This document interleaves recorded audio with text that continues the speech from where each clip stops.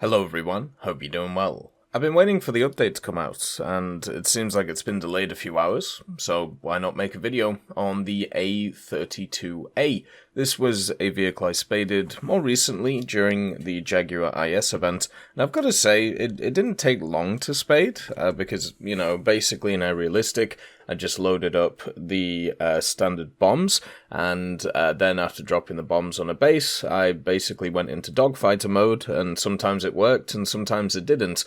But it wasn't exactly an enjoyable experience, even though this vehicle most of the time can get to the bases first, which is really nice.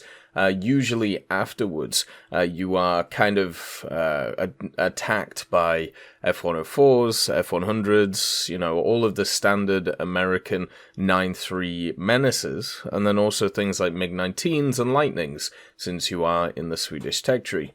When I played the J32, it was actually pretty fun. I had a good time with it, and the basic reason was I thought the engine worked really well, and also with the armament you could set up kills pretty easily with the missiles and then follow up with the guns. The A32A doesn't have the same engine as the J32. It's actually a worse version of it. You are down quite a lot of power out of the engine, so it's a lot harder to set up kills with it, and instead you are more, a basic dogfighter.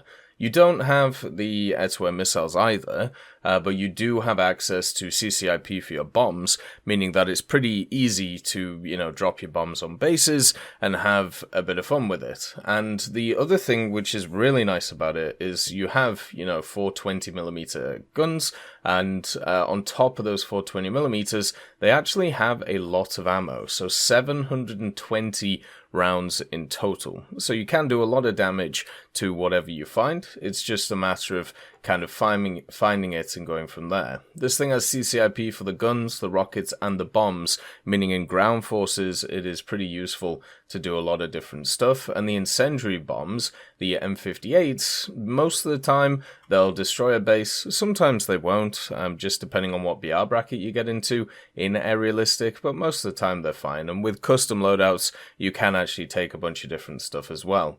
It does have chaff pods, but those are really only useful in ground. There's not really much point in taking them in air, just because, semi-actives do technically exist around 9.0, but no one really uses them. The only stuff you can really run into is R3Rs or F4s, and since you're near the ground, it's not really going to make too much of a difference. But from a dogfighting point of view, this thing isn't too bad. It can bleed speed pretty quickly, the elevator's quite nice, and as I said, the guns are very good. But, once again, just like a lot of other 9.0s, like the Hunter, they just run into this 9.3 mess of American vehicles, which need to be decompressed, and have needed to be decompressed for the longest time.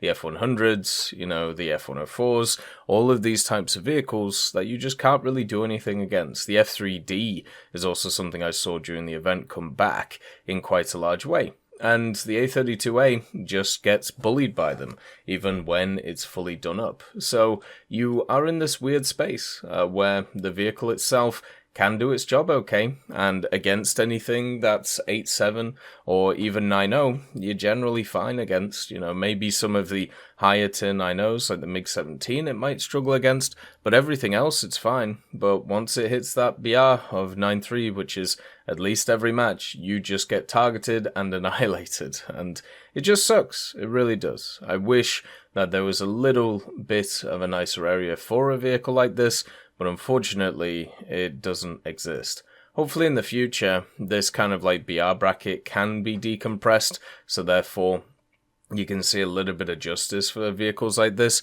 but I don't think that's going to happen for a long time. And even though I wish it would happen, I don't see it happening. So yeah, if you want to give the A32A a go, you can easily grind it out through bombing bases, through doing, other things, and then using it in a dogfighting role, but don't expect wonders from this thing.